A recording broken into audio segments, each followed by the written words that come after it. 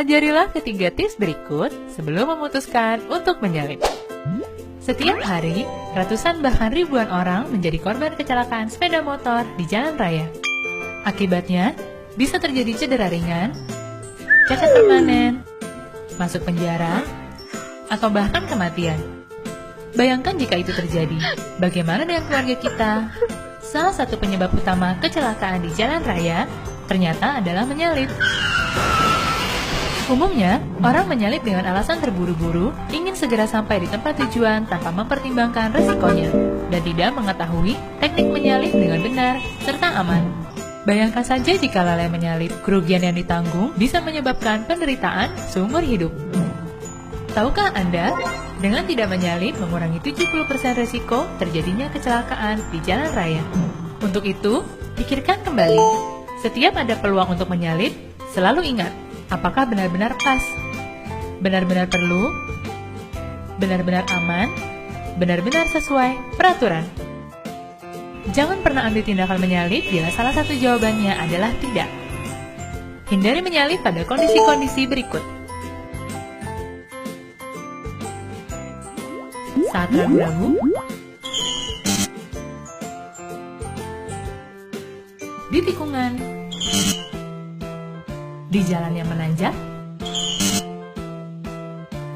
di jalan raya dengan marka jalan tidak terputus atau dengan garis double, di area penyeberangan jalan atau di depan sekolah, di jembatan sempit. Semua kondisi di atas sangat tidak aman. Selain tidak sesuai peraturan, menyalip pada kondisi-kondisi ini sangat rawan untuk celaka. Jadi, jangan pernah melakukannya. Ingat harus selalu pas, perlu, aman, sesuai peraturan. Hindari menyalip bila kondisi tidak memenuhi syarat. Berkendaralah dengan aman dan benar, agar dapat pulang ke rumah dengan selamat setiap hari.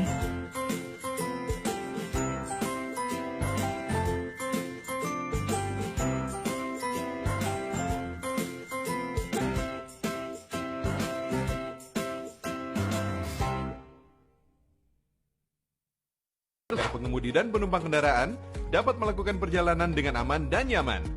Dalam video ini kita akan melihat 10 hal yang berpotensi mengganggu dan membahayakan pengemudi dan penumpang, terutama dalam hal peletakan barang-barang di dalam kabin atau di luar kendaraan. Selain itu, aksesoris dan barang-barang yang membahayakan. Apa saja ya? Yang pertama, aksesoris dan barang-barang di atas dashboard. Beberapa dari kalian mungkin pernah membawa mainan atau barang kesayangan ke dalam mobil kan? Dan menyimpannya di atas dashboard. Hal itu sangat berbahaya loh, karena barang tersebut bisa terlempar ke arah pengemudi dan penumpang belakang jika terjadi benturan. Atau dapat menyebabkan barang tersebut terlempar saat airbag di bagian depan pengemudi dan penumpang mengembang. Jadi, pastikan dashboard kendaraan bersih dari barang-barang dan aksesoris ya. Yang kedua, penggunaan aksesoris knob steer seperti ini. Ada yang merasa aksesoris ini dapat mempermudah steering kemudi. Namun, tahukah kalian bahwa Toyota sangat menyarankan setir kemudi itu harus dipegang dan digenggam, sehingga lebih kuat dan aman jika kendaraan mengalami benturan. Selain itu, ketika kendaraan mengalami benturan, pengemudi dapat terlontar ke arah depan dan terbentur mengenai knob steer tersebut. Berbahaya sekali bukan? Nah, yang ketiga, penggunaan bracket ponsel di steering kemudi seperti ini. Hal ini juga membahayakan loh. Ponsel dapat terjatuh ke bawah dan akan mengganggu konsentrasi pengemudi ketika berusaha mengembalikan posisi ponsel pada bracket.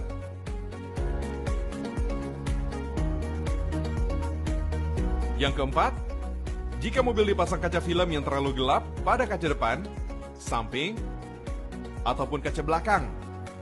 Patuhi aturan lalu lintas mengenai batas penggunaan tingkat kegelapan kaca film pada kendaraan agar tidak membahayakan pengendara maupun lingkungan sekitar. Yang kelima, memasang stiker di kaca mobil secara berlebihan, baik bagian depan, belakang, maupun samping. Memang sih, dapat membuat tampilan mobil jadi lebih menarik. Tetapi hal ini mengakibatkan pandangan pengemudi menjadi terbatas, kurang bebas, dan juga sempit.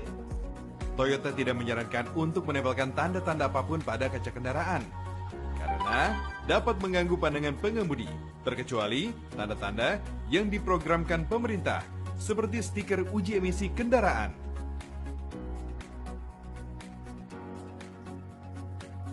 Yang keenam, menggantung terlalu banyak benda di kaca spion dalam seperti lencana, medali, name tag, pengharum kabin, dan aksesoris lainnya yang dapat menghalangi pandangan pengemudi dan mengganggu konsentrasi saat berkendara.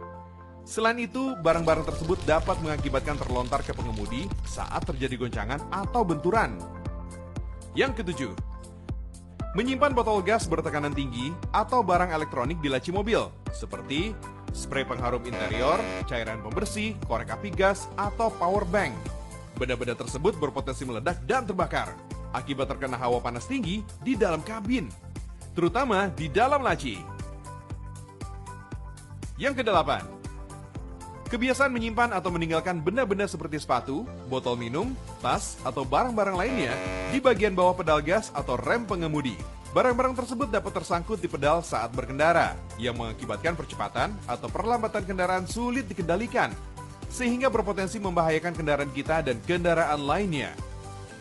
Yang kesembilan, penggunaan aksesoris pengunci seatbelt. Aksesoris ini biasanya digunakan agar fitur buzzer atau alarm seatbelt tidak berbunyi ketika seatbelt tidak dipasang oleh pengemudi atau penumpang. Toyota menghimbau agar penggunaan sabuk pengaman pengemudi dan penumpang wajib digunakan selama berkendara. Ingat, keselamatan dan keamanan berkendara tetap nomor satu ya. Nah, sekarang yang terakhir, dan yang tak kalah penting, yaitu membawa barang berlebihan di dalam ataupun di luar kabin. Menumpuk barang di dalam kabin dapat menghalangi pandangan spion kabin dan akan menghalangi pandangan keluar, terutama bagian kaca belakang. Begitupun dengan barang berlebihan di luar kabin, dapat menyebabkan manuver kendaraan lebih berbahaya. Dan apabila barang terlepas, seperti saat melakukan pengereman mendadak, barang tersebut dapat mengenai pengendara lain. Wah, begitu berbahayanya bukan? Itu hal yang berpotensi menimbulkan bahaya dalam berkendara, baik untuk pengemudi, penumpang, maupun pengendara lainnya, yang dapat menyebabkan terjadinya kecelakaan kendaraan.